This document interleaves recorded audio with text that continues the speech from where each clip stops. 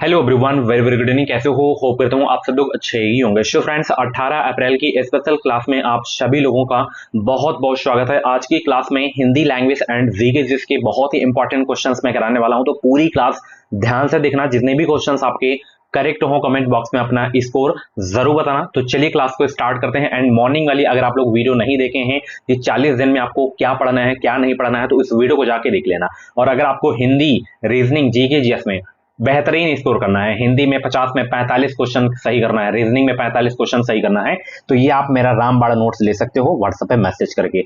मात्र 49 रुपए में ये आपको नोट्स मिल जाएगा। इस व्हाट्सएप पे मैसेज करो, आपको मिल जाएगा। बहुत ही बेहतरीन नोट्स है। और बीएड 50,000 में करना है तो भाई मुझसे कांटेक्ट कर लो। अगर आपको मुझसे मिलना है तो ये मेरा व्हाट्सअप नंबर है, प्रयागराज में हमारी ऑफिस है, आके मिल सकते हो। बाकी हम आप लोगों से 50,000 टोटल 2 साल की फीस लेंगे। SC/ST का स्कॉलरशिप बेस पे सर्विस लेंगे। कौन सी यूनिवर्सिटी से हम करवाते हैं? अयोध्या राम मनोहर लोहिया अवध यूनिवर्सिटी से। एग्जाम टाइम में आपको रहने की व्यवस्था देते हैं। ईयरली एग्जाम होता है, वर्ष में एक बार आपको आना है। ठीक है, चलिए अधिक जानकारी के लिए आप कॉल कर सकते हैं। आज की क्लास का सबसे पहला प्रश्न जो कि बहुत इंपॉर्टेंट है कि उगते हुए सूरज का देश किसे कहा जाता है? Myanmar, Bharat, Norway, Japan. किसको कहा जाता है उगते हुए सूरज का देश? बताएंगे सब लोग। सभी को गुड इवनिंग, सभी को गुड इवनिंग। उगते हुए सूरज का देश किसे कहा जाता है? जापान को कहा जाता है। ऑप्शन बी करेक्ट हो जाएगा। अगला प्रश्न बहुत इंपॉर्टेंट है, इंपॉर्टेंट लिख लेना आप लोग कि किस संविधान संशोधन के द्वारा मताधिकार की आयु को 21 वर्ष से घटाकर 18 वर्ष कर दिया गया था? बताइए वो कौन सा संविधान संशोधन है? दूसरा का जवाब देने का प्रयास करेंगे। 2025 में अगर आपको यूपी से बीएड करना है, बिहार से बीएड करना है, तो चैनल को आप लोग सब्सक्राइब जरूर कर लेना। अगर आपको फ्री सीट लेना है, एक सीट अगर आपको कंफर्म करनी है तो ओके। चलिए, तो यहाँ पे 61वां संविधान संशोधन 1989 हो जाएगा। चलिए अगला प्रश्न आपकी स्क्रीन पे है। विश्व शिक्षक दिवस मनाया जाता है कब? बताएंगे सब लोग। एक क्वेश्चन आपके एग्जाम में महत्वपूर्ण दिवस से जरूर आएगा। बताइए विश्व शिक्षक दिवस मनाया जाता है कब? 5 अक्टूबर, 5 दिसंबर, या 5 अगस्त, या 5 सितंबर। तो विश्व शिक्षक दिवस 5 अक्टूबर को मनाया जाता है, राष्ट्रीय 5 सितंबर को। ठीक है, चलिए किसके द्वारा खालसा पंथ की स्थापना की गई थी? किसके द्वारा खालसा पंथ की स्थापना की गई थी? 4 का जवाब दीजिए सब लोग। बहुत अच्छे भाई, सभी को गुड इवनिंग, सभी को गुड इवनिंग। डेली हमारे चैनल पे क्लासेस होती हैं, तो आप ज्वाइन हो जाइए सब्सक्राइब करके। चलिए, किसके द्वारा खालसा पंथ की स्थापना की गई थी? गुरु गोविंद सिंह के द्वारा की गई थी। ऑप्शन बी आपका बिल्कुल करेक्ट हो जाएगा। भाखड़ा नागल परियोजना किस नदी पर स्थित है? 5 का जवाब दीजिए। महानदी, सतलज, कृष्णा, ताप्ती। भाखड़ा नागल परियोजना किस नदी पर स्थित है? तो सतलज नदी पर है। यहां पे करेक्ट आंसर आपका बी वाला हो जाएगा। चलिए, सूर्य ग्रहण होता है जब सूर्य, पृथ्वी और चंद्रमा के बीच आता है। ये इनमें से कोई नहीं, ये पृथ्वी, सूर्य और चंद्रमा के बीच होती है। ये चंद्रमा, सूर्य और पृथ्वी के बीच आता है। 6 का जवाब दीजिए सब लोग। सूर्य ग्रहण होता है जब चंद्रमा, सूर्य और पृथ्वी के बीच आ जाती है। तो करेक्ट आंसर डी हो जाएगा। चलिए, इसका फुल फॉर्म बताना है। NCTE का फुल फॉर्म बताना है। NCTE का फुल फॉर्म बताना है। 7 का राइट आंसर क्या हो जाएगा? NCTE का फुल फॉर्म क्या होगा? तो इसका full form national council for teacher education हो जाएगा। करेक्ट आंसर ऑप्शन ए हो जाएगा। अगला प्रश्न जो कि बहुत इंपॉर्टेंट है, हिस्ट्री का ये क्वेश्चन कि जैनवाद के अनुसार कितने तीर्थंकर थे? बताइए 24, 20, 25 या 22। जैनवाद के अनुसार कितने तीर्थंकर हैं? तो टोटल 24, और 24वें कौन थे? महावीर स्वामी थे। ठीक है ना। चलिए, महावीर स्वामी जी के बचपन का नाम क्या था? कमेंट बॉक्स में छापेंगे सब लोग। अगला प्रश्न है चूना पत्थर। क्या है प्रश्न? चूना पत्थर परिष्करण के बाद परिवर्तित होता है किस रूप में? Marble, quartzite, granite, slate. 9 का जवाब दीजिए सब लोग।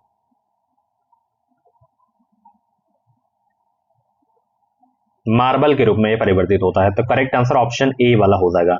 एक बैंक शेड्यूल कहलाता है यदि क्या हो जाता है? बताइए सब लोग, एक बैंक शेड्यूल कहलाता है कब? 10 का जवाब दीजिए सब लोग। एक बैंक शेड्यूल बैंक कहलाता है यदि जो है यह RBI एक्ट 1934 की द्वितीय अनुसूची में शामिल है। ओके, चलिए अगला प्रश्न है भारत के राष्ट्रपति राज्यसभा के लिए कितने सदस्य मनोनीत कर सकता है? 12 सदस्य, 15 सदस्य, 6 सदस्य या 9 सदस्य।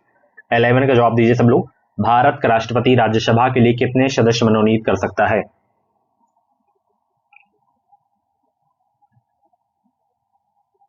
12 सदस्य मनोनीत कर सकता है, ठीक है ना। चलिए अगला प्रश्न है, किस क्षेत्र में बुकर पुरस्कार जीता जाता है? 12 का जवाब दीजिए।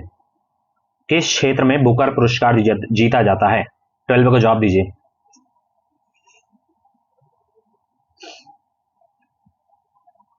कथा साहित्य के क्षेत्र में, फिक्शन राइटिंग के क्षेत्र में, ठीक है ना। चलिए अगला प्रश्न आपकी स्क्रीन पे है, चौथा खंभा संप्रत्यय संदर्भित करता है किसको? न्यायपालिका को, प्रेस को, या विधायिका को, या कार्यपालिका को? 13 का जवाब दीजिए सब लोग। चौथा खंभा संप्रत्यय संदर्भित करता है किसको?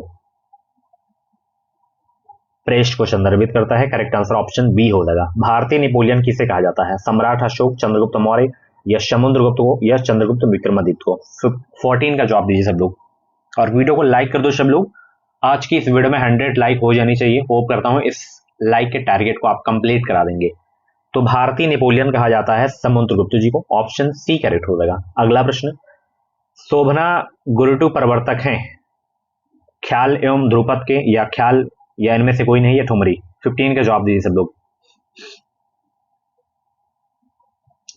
शोभना गुरुटु प्रवर्तक हैं ठुमरी के। ओके, ऑप्शन डी करेक्ट हो जाएगा। चलिए अगला प्रश्न है, सौरमंडल के किन ग्रहों को निकृष्ट ग्रहों के रूप में जाना जाता है? मंगल एवं बुध, पृथ्वी एवं मंगल, पृथ्वी एवं बुध, या बुध एवं शुक्र? 16 का जवाब दीजिए सब लोग। सौरमंडल के किन ग्रहों को निकृष्ट ग्रहों के रूप में जाना जाता है?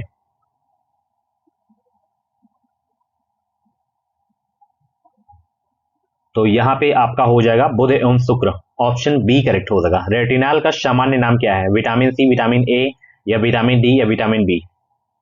बताइए, रेटिनॉल का सामान्य नाम है क्या? 17 का जवाब दीजिए सब लोग।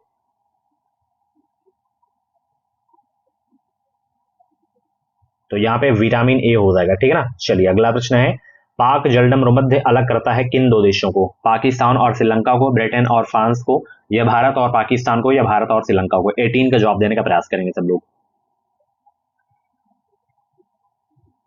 बहुत अच्छे भाई। बीएड कम फीस में आप कर सकते हैं, मात्र 50,000 में। अगर आप वन टाइम में फीस जमा करेंगे तो हम कुछ डिस्काउंट भी कर देंगे। आप थोड़े थोड़े करके आप इंस्टॉलमेंट में आप फीस दे सकते हो। तो ये है भारत और श्रीलंका के बीच में। आपको हमसे मिलना है तो प्रयागराज में हमारी ऑफिस है, आप साहिल सर से मिल सकते हैं। चलिए अगला प्रश्न है, संविधान के किस अनुच्छेद में निर्वाचन आयोग के विशेषाधिकार निहित हैं? 350, 280, या 356, या 324? बताइए सब लोग। 19 का जवाब देने का प्रयास करेंगे सब लोग। तो 356 में राष्ट्रपति शासन है ना। 280 वित्त आयोग हो जाएगा, एंड यहाँ पे 324 आपका निर्वाचन आयोग हो जाएगा, ठीक है ना। चलिए अगला प्रश्न आपकी स्क्रीन पे, पोंगल त्योहार है तमिलनाडु का, या पश्चिम बंगाल का, या असम का, या केरल का? पोंगल त्योहार है किस राज्य का? 20 का जवाब दीजिए सब लोग। पोंगल त्योहार किस राज्य का है? 20 का जवाब दीजिए सब लोग। और भी क्लासेस आपको प्ले लिस्ट में मिल जाएंगी, तो एक बार प्ले लिस्ट आप जरूर चेक कर लेना। तो यहाँ पे 20 का करेक्ट आंसर हो जाएगा तमिलनाडु। पोंगल तमिलनाडु का त्योहार है। 20 करेक्ट आंसर ए हो जाएगा। चलिए ये करंट का क्वेश्चन है, 2014 में भारत का कौन सा राज्य 29वां राज्य बना था? तो ये तेलंगाना बना था 2 जून 2014 को, ठीक है ना। और वर्तमान में भारत में कितने जो है राज्य हैं और कितने केंद्र शासित प्रदेश हैं, कमेंट बॉक्स में जरूर बताना। चलिए जापान की संसद का नाम क्या है? सोरा, डायट, नेसेट, मजलिस, क्या है जापान की संसद का नाम? 22 का जवाब दीजिए सब लोग। इजराइल की नेशेट है, अफगानिस्तान की शोरा है, जापान की संसद का नाम डायट है। ओमान की राजधानी क्या है बताइए? ओमान की 23 का जवाब दीजिए। रियाद, रामल्लाह, आबू धाबी, या जो है मस्कट? ओमान की राजधानी। 23 का जवाब दीजिए सब लोग। और अभी भी वीडियो को लाइक की संख्या बहुत ही कम है, तो फटाफट वीडियो को लाइक कर दो आप सभी लोग, बार बार कहना ना पड़े, इससे क्लास डिस्टर्ब होती है। तो यहाँ पे मस्कट हो जाएगा, ठीक है। चलिए अगला प्रश्न है, बिहू किस राज्य का मुख्य त्योहार है? Very very most important question है। बिहू किस राज्य का मुख्य त्योहार है? असम, ओडिशा, पश्चिम बंगाल, या गुजरात? किस राज्य का है बताइए? ये क्वेश्चन एग्जाम में बहुत पूछा जाता है। बिहू किस राज्य का मुख्य त्योहार है? ये है असम का, ठीक है। चलिए अगला प्रश्न है, भारत के संविधान के अनुच्छेद में किस अनुच्छेद में मौलिक कर्तव्यों का वर्णन है? बताइए। 29, 12, 51, या 15? 25 का जवाब दीजिए सब लोग। भारत के संविधान के अनुच्छेद में मौलिक कर्तव्यों का वर्णन है किस अनुच्छेद में?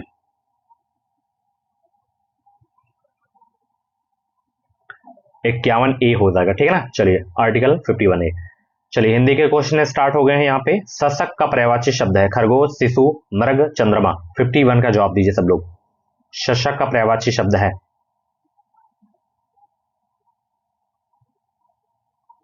खरगोश हो जाएगा, ऑप्शन ए करेक्ट हो जाएगा। गंगा गए गंगादास, यमुना गए जमुनादास, लोकवक्ति का सही अर्थ क्या है? गंगा गए गंगादास, यमुना गए जमुनादास, लोकवक्ति का सही अर्थ क्या है?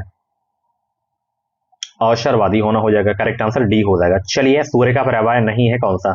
सूर्य का पर्यायवाची कौन सा नहीं है? भास्कर, दिवाकर, मयंक, सविता। सूर्य का पर्यायवाची नहीं है कौन सा? मयंक नहीं है, ऑप्शन बी करेक्ट हो जाएगा। प्रत्येक का संधि विच्छेद क्या होगा? प्रत्येक का 54 का जवाब दीजिए। प्रत्येक का संधि विच्छेद क्या होगा?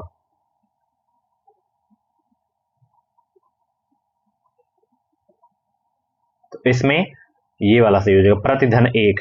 चलिए अगला प्रश्न, जो शास्त्र जानता है वह कहलाता है क्या? जानकार, विद्वान, शास्त्रज्ञ या शास्त्र ज्ञाता। 55 का जवाब दीजिए, करेक्ट आंसर क्या हो जाएगा? जो शास्त्र जानता है वह कहलाता है क्या?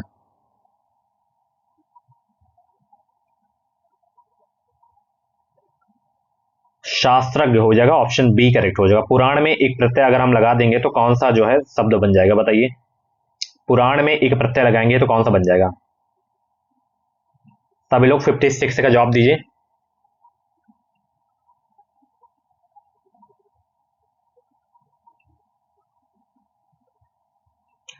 पौराणिक हो जाएगा, करेक्ट आंसर ऑप्शन ए हो जाएगा। चलिए हाथ से हथियाना, लात से लतियाना संज्ञा से बनने वाली क्रिया को कहते हैं क्या? ऋणार्थक क्रिया, संयुक्त क्रिया या नाम धातु या पूर्वकालिक। 57 का राइट आंसर क्या हो जाएगा? हाथ से हथियाना, लात से लतियाना संज्ञा से बनने वाली क्रिया को कहते हैं क्या?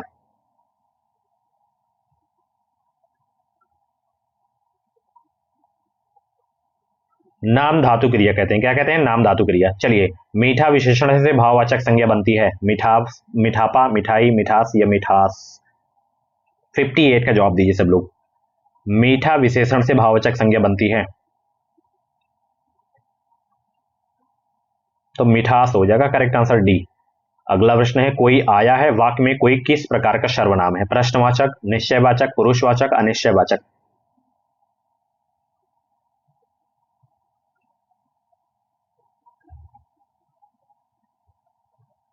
तो यहां पे अनिश्चयवाचक हो जाएगा, ठीक है। चलिए निम्न में से तत्पुरुष समास कौन सा है, बताइए। तत्पुरुष समास, प्रतिदिन, पथभ्रष्ट, मारपीट, कोना कोना। 60 का जवाब दीजिए सब लोग। तत्पुरुष समास किसमें है? 60 के जवाब दीजिए सब लोग। तो पथभ्रष्ट इसमें आपका तत्पुरुष समास है। चलिए प्रार्थना पत्र के समापन में क्या लिखा जाता है? भावदी, आपका विश्वास पात्र, स्नेहाकांक्षी या शुभचिंतक। 61 का जवाब दीजिए सब लोग। प्रार्थना पत्र के समापन में क्या लिखा जाता है? भवदी लिखा जाता है ना। बहुत इंपॉर्टेंट क्वेश्चन आपके एग्जाम के लिए। अगला प्रश्न यहाँ पे देख सकते हो, भक्तिकालीन संत परंपरा के प्रसिद्ध कवि कौन थे? बताइए सब लोग कौन थे? भक्तिकालीन संत परंपरा के प्रसिद्ध कवि कौन थे? तो कबीरदास जी थे, ऑप्शन डी करेक्ट हो जाएगा। पावक और अग्नि शब्दों के मध्य क्या संबंध है?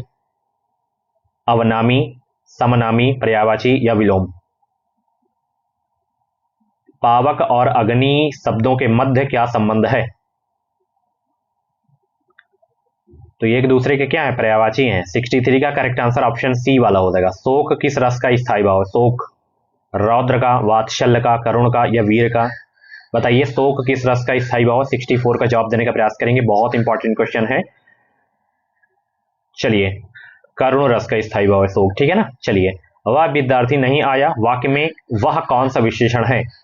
वह विद्यार्थी नहीं आया वाक्य में वह कौन सा विशेषण है? सार्वनामिक विशेषण, परिणाम बोधक विशेषण, गुणवाचक विशेषण या संख्यावाचक विशेषण। 65 को जवाब दीजिए। बहुत अच्छे।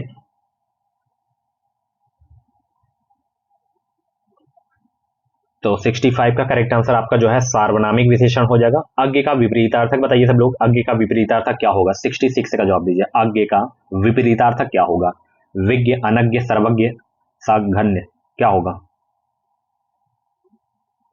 विज्ञ हो जाएगा, करेक्ट आंसर ए हो जाएगा। चलिए बहिरंग का विलोम शब्द क्या है? बहिरंग का विलोम शब्द क्या है? बहिरंग का शौरंग, बहुरंग, सबरंग, अतरंग।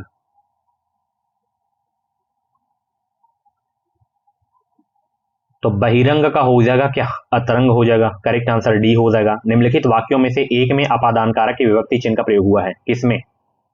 68 का जवाब दीजिए सब लोग।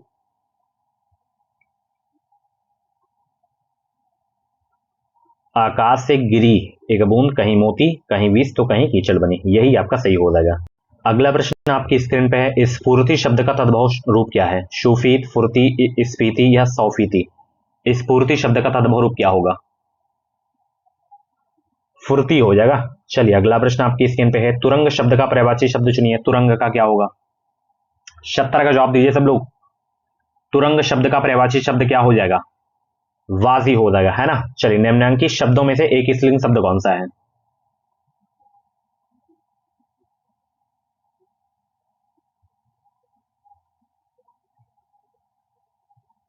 डोर इसमें स्त्रीलिंग शब्द है ना। चलिए निम्नलिखित वाक्यों में एक में सकर्मक क्रिया का प्रयोग हुआ है, किसमें सकर्मक क्रिया का प्रयोग हुआ है बताइए सब लोग। राम सो रहा है, इसमें सकर्मक क्रिया का प्रयोग हुआ है। हिंदी दिवस मनाते हैं, अभी मैंने बताया था ना 14 सितंबर को। चलिए जैसा करोगे वैसा भरोगे, इसमें सर्वनाम कौन सा है? पुरुषवाचक, निजवाचक, प्रश्नवाचक या संबंधवाचक? 74 का जवाब दीजिए। तो यहाँ पे संबंधवाचक हो जाएगा, है ना। छा के बारे में सही नहीं है, तो छा का उच्चारण स्थान किससे होता है बताइए सबसे पहले।